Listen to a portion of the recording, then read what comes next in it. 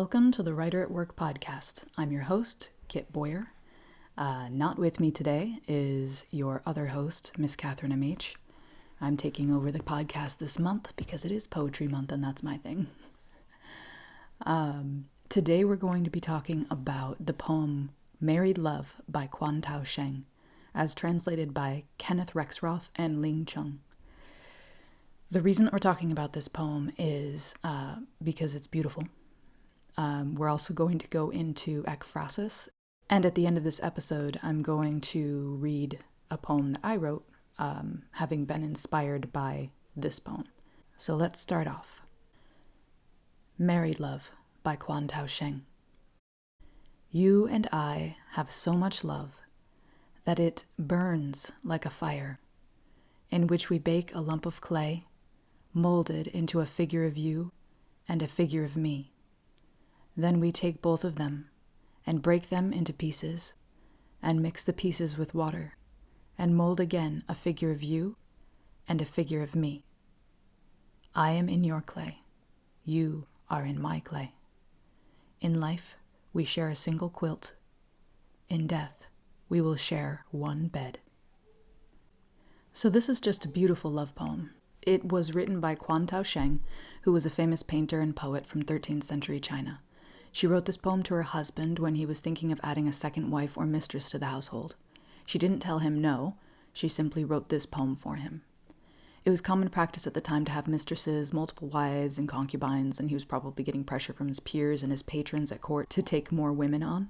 It was also a way to secure political power or to create familial ties with other important people. Despite all that, Kuan Tao Sheng's husband read the words of her heart and never took another lover. Even after she died, her husband stayed single, and actually he was so heartbroken over her death that he asked for special permission to leave court to bring her body back to their hometown for burial. Between her death and his 3 years later, he painted mostly bamboo, which was her favorite thing to paint. Moving on to what we can learn from this, I'd like to talk about ekphrasis. Ekphrasis is a technique whereby a physical work of art is recreated in words. So think of someone writing a beautiful and literary description of Monet's water lilies. They would look carefully at the work and write about each flower, each pad, each ripple. But ekphrasis has grown too to mean one piece of art based on another. So there are songs based on sculptures, paintings of poems, poems written about essays.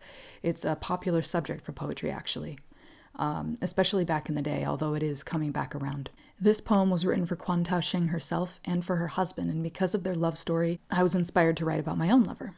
And I'll read that at the end of the episode. So that's kind of a form of ekphrasis as well. If you are inspired to write based on somebody else's writing, that can be ekphrasis. If you're looking for a new poetry technique or style to try, find a piece of art that sparks passion in you and write about it.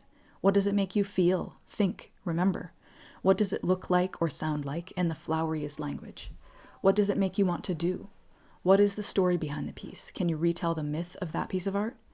My best advice with ekphrasis is this: be authentic, be beautiful, be grand. And before I read my poem, I'm going to close us out. I want to let everyone know that I appreciate you listening. Thank you for supporting our podcast. You can find us on social media at Writer at Work Pod, on our website, writeratworkpodcast.com, and wherever you listen to podcasts. Don't forget to join us on Twitch on Sundays at 5 p.m. Eastern Standard Time for live stream word sprints. Loving you is carving your shape from my marrow. These hands that trace your liquid form convey to my heart the shape of you, so that when you are gone, out of clay can be drawn a golem to harbor me in dreaming. Every you that I have held, fired in consuming love, lies dusted with fingertips on the shelves of rooms built inside of me for only you. Forever is too long to love but one person is never too long oneself, so coming to love you, again, every new you is as breathing. These hands that touch your face are the hands that will wipe my tears and clutch my arms when you have gone from me.